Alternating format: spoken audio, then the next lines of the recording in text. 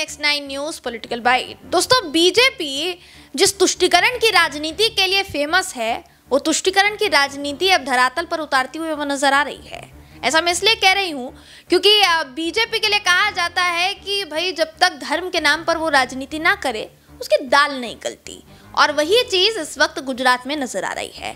देखिए दोस्तों, आफताब का मुद्दा जो है, श्रद्धा मर्डर केस जो सामने आया है, उसमें आफताब का समर्थन ज्यादातर आप बोलेंगे तो किसी ने नहीं किया, क्योंकि आफताब ने जो दरिंदगी अपनाई, जो दरिंदगी उसने की श्रद्धा के साथ, उसको टुकड़ों में काट दिया, वो दरिंदगी नहीं, हैवानियत है। और इस जन्म में इस तरीके की हैवानियत को कोई अंजाम देगा तो उसको जानवर से ज्यादा आप कुछ नहीं कह सकते, इंसान के रूप में वो जानवर है। तो आफताब ने वही किया था, लेकिन कानून के मुताबिक, क्योंकि हमारा देश लोकतांत्रिक है और लोकतंत्र यहाँ का मजबूत है, तो सजा कानून के मुताबिक होनी चाहिए, और कानून के मुताबिक सजा हो रही है। उसने सच उगल लिया है, उसने स्वीकार किया है कि उसने श्रद्धा का मर्डर किया था, लेकिन इसे राजनीतिक तौर पर कैसे हवा देनी है, ये बीजेपी ने शुरू कर दिया है। देखिए, हम किसी का समर्थन नहीं कर रहे हैं, आफताब ने जो किया वो गलत था, लेकिन इसको राजनीतिक मुद्दा बनाकर उसकी रोटियां कैसे सेकनी है, वोट अपने खाते में कैसे करना है, भली भांति बीजेपी जानती है, माहिर है। और बीजेपी अपनी ये जो इसमें जो पैठ बना चुकी है, वो चीज़ दिखाती हुई नजर आ रही है कि भैया हमको इसमें अनुभव है, पूरा अनुभव रखते हैं, एक्सपीरियंस रखते हैं, एक्सपीरियंस होल्डर है। तो अब इसी चीज़ पर चर्चा करने के लिए हमारे साथ हमारे सहयोगी शाजिब मौजूद है। शाजिब, देखिए, अभी हेमंत बिस्व शर्मा और योगी आदित्यनाथ समेत कांग्रेस बीजेपी के तमाम दिग्गज नेता गुजरात में प्रचार प्रसार करने के लिए पहुंच गए। योगी आदित्यनाथ भी पहुंचे, फिर इससे पहले हेमंत बिस्व शर्मा पहुंचे थे। योगी आदित्यनाथ जब पहुंचे उन्होंने भी हिंदुत्व का मुद्दा उठाया, हेमंत बिस्व शर्मा पहुंचे थे, उन्होंने भी आफताब का मुद्दा उठाया। उन्होंने कहा कि अगर बीजेपी को आपने नहीं चुना तो हर गली में आफताब पैदा होगा। तो इस पूरे बयान को किस संदर्भ में आप देखते हैं, क्या लगता है आपको? देखिए, जिस तरीके से भाजपा लगातार जो है, अब देखिए एक दौर था 2014 का, मुझे याद है कि कांग्रेस आरोप लगाती थी कि ये मुस्लिम विरोधी पार्टी है या इस तरीके की, लेकिन अब इन सब चीज़ों को यहाँ पर खुल कर के किया जा रहा है। जो आफताब ने किया उसे किसी जन में जस्टिफाई नहीं किया जाता सकता है, लेकिन उसके नाम पर सियासत करना ये कहीं से सही नहीं है। अभी आप देखिएगा, सुरेश चौहान के भाजपा के नेता, उन्होंने एक शादी का निजी कार्ड जो है अपने ट्विटर हैंडल पर पोस्ट कर दिया, जिसके बाद कपल को अपनी शादी रुकवानी पड़ गई थी। क्यों? क्योंकि लड़का उसमें मुस्लिम था और लड़की हिंदू थी। तो ये सारी चीज़ें यहाँ पर लगातार देखने को मिल रही है कि भाजपा इन सब चीज़ों को हवा दे रही है। अब कहाँ चला गया लोकतंत्र, अब कहाँ चला गया यहाँ पर लोकतंत्र की बात करने वाले, अब कहाँ चले गए जो लोकतंत्र की बात को कहते थे कि लोकतंत्र को मजबूत करेंगे, मीडिया को मजबूत करेंगे। चलिए, मीडिया की जब बात आ गई तो मीडिया पे भी कह देता हूँ कि मीडिया को जो मजबूत करने की बात कर रहे थे आप, आज वो मीडिया आपकी इस कदर दलाली कर रहा है, इस कदर दलाली कर रहा है कि एक एशियन न्यूज़ इंटरनेशनल ANI पे जब आपके मुख्यमंत्री इंटरव्यू दे रहे थे तो एक वीडियो वायरल हुआ जिसमें आपके मुख्यमंत्री चूतिया शब्द का इस्तेमाल कर रहे थे। तो दलाल मीडिया, दरबारी मीडिया, और वो उसे यहाँ पर देखिए उसे भी जस्टिफाई करने लगा कि चूतिया का मतलब कुछ और होता है, ये सारी चीज़ें देखने को मिली थी। कुछ एंकर हैं, सुधीर चौधरी जैसे एंकर हैं, तो ये सारी चीज़ें आप पहले ही देखेंगे कि मीडिया तो दलाली में लगा हुआ है, और ये जो नेता करते हैं उनको हवा देने का काम जो है यहाँ पर कहीं ना कहीं मीडिया कर रहा है।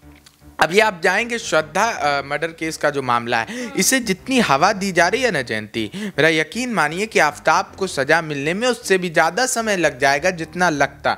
क्यों पता है? क्योंकि ये अब सियासत का मुद्दा बन गया है। सियासत का जब कोई चीज़ मुद्दा बन जाता है तो फिर उसे सजा मिलने में समय लग जाता है। आप हमारे देश में ऐसे कई मामले हुए हैं, आप देखेंगे निर्भया जैसे मामले हुए, तो ये सारी चीज़ें होने लगती है। अब लेकिन भाजपा जिसे यहाँ पर कड़ा एक्शन लेते हुए यहाँ पर लोकतंत्र का इस्तेमाल करके यहाँ पर आफताब जैसे दोषी को सजा दिलाना चाहिए था, वो बयान दे रही है कि हमें गुजरात में जिताओ नहीं तो आफताब जैसे पैदा होंगे। यानी आप डरा रहे हैं कि आप हमको नहीं लाइएगा तो आपको मारेंगे मुसलमान, या आपके बहन बेटियों के साथ ऐसा करेंगे मुसलमान।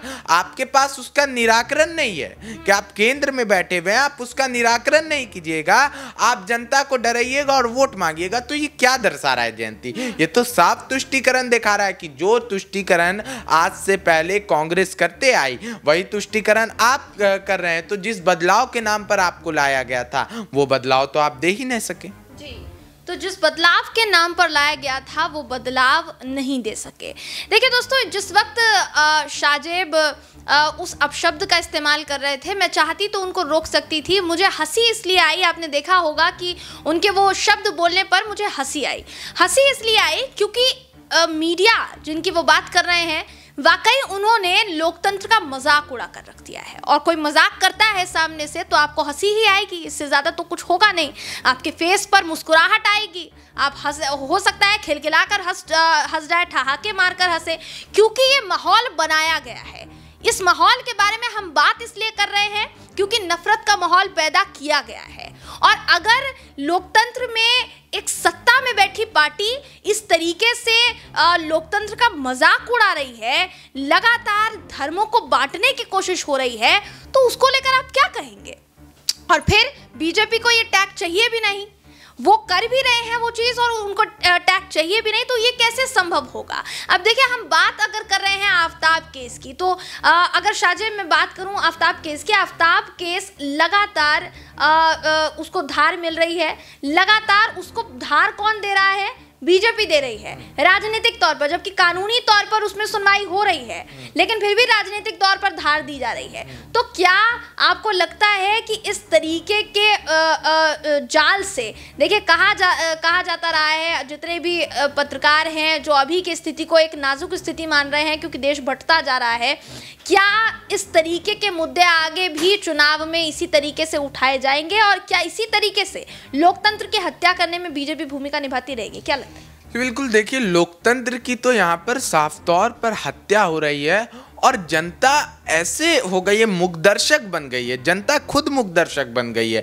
भक्ति का इस कदर सुरूर चढ़ा है, शायद उनको याद नहीं है 2002 का एक पोस्टर बॉय, नाम शायद मैं भूल रहा हूँ, मोची, कोई मोची है वो, हाँ, गोदरा के समय जो पोस्टर बॉय थे वो आज रोड किनारे जूता साफ कर रहे हैं। कुछ नहीं हुआ उनका, ना कुछ सरकारी मुआवजा मिला, ना कुछ भी नहीं मिला, लेकिन फिर भी देखिए जनता को अक्ल नहीं है, जनता इस बात पर विचार नहीं कर रही है। जो मीडिया दिखा रहा है, जिस तरीके से निचोड़ करके मीडिया पेश कर रहा है, उसी चीज को देख करके यकीन कर रहे हो और समझ, ये सबसे बड़ी बात है जयंती कि इस चीज को समझ नहीं पा रहे हैं। यहाँ पर जिस समय अंग्रेज यहाँ पर राज कर रहे थे, अंग्रेजों ने भी यही यहाँ पर इस्तेमाल किया था, फूट डालो राज करो।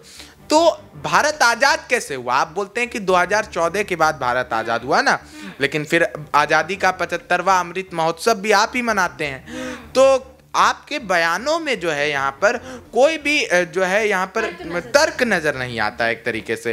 तो आप अगर देखेंगे जयंती, तो वही जो अंग्रेजों ने किया, जिस तरीके से तानाशाही की, उसी तरीके से अब 2014 के बाद तानाशाही हो रही है। और जनता ना चाहते हुए भी, जयंती मैंने ग्राउंड रिपोर्ट देखे हैं, जनता ना चाहते हुए भी उन्हें कैमरे के सामने मोदी जी की वाहवाही कर रही है। तो ये डर है, ये डर है, और यही चीज है कि आज जो है जनता त्रस्त है लेकिन मुंह खोल नहीं रही है, क्योंकि जानती है ये सरकार रहने नहीं देगी। ईडी, सीबीआई, झूठे केस और ये, और बयान तो इतने बड़े बड़े हैं जयंती कि एक सांसद है भाजपा के, वो कहते हैं कि मेरे से जो भी दुश्मनी करता है वो या तो मारा जाता है या तो गायब हो जाता है। तो देखिए किस तरीके की जो है पार्टी है, पार्टी के नेताओं का किस तरीके का बयान है। तो इसी से आप पार्टी का जो है विचारधारा को आप अच्छे से समझ सकते हैं। तो विचारधारा को आप अच्छी तरीके से समझ सकते हैं। और दोस्तों, विचारधारा को समझने के लिए आपको ज़्यादा तकलीफ उठाने की ज़रूरत नहीं है। बीजेपी नेताओं के तमाम बयान भी सुन लेंगे तो ज़्यादा तकलीफ उठानी नहीं पड़ेगी। आपको समझ में आ जाएगा कि विचारधारा क्या है और उसको किस तरीके से धार दी जा रही है, साथ ही देश के लिए वो कितनी हानिकारक है। हालांकि इस पर आपकी राय बहुत ज़रूरी है, तो आप हमें कमेंट करके ज़रूर बताइएगा कि ये जो मुद्दा हमने उठाया है, इस मुद्दे पर आप क्या राय रखते हैं, आप क्या सोचते हैं। आपकी राय पर भी आगे विचार विमर्श ज़रूर करेंगे। दोस्तों, ये वीडियो आपको कैसा लगा हो, इस वीडियो पर क्या आपका सोचना है, कमेंट कीजिएगा, लाइक कीजिएगा, हमारे चैनल को सब्सक्राइब कीजिएगा। तब तक के लिए देखते रहिए नेक्स्ट 9 न्यूज़ पॉलिटिकल बाइट। धन्यवाद।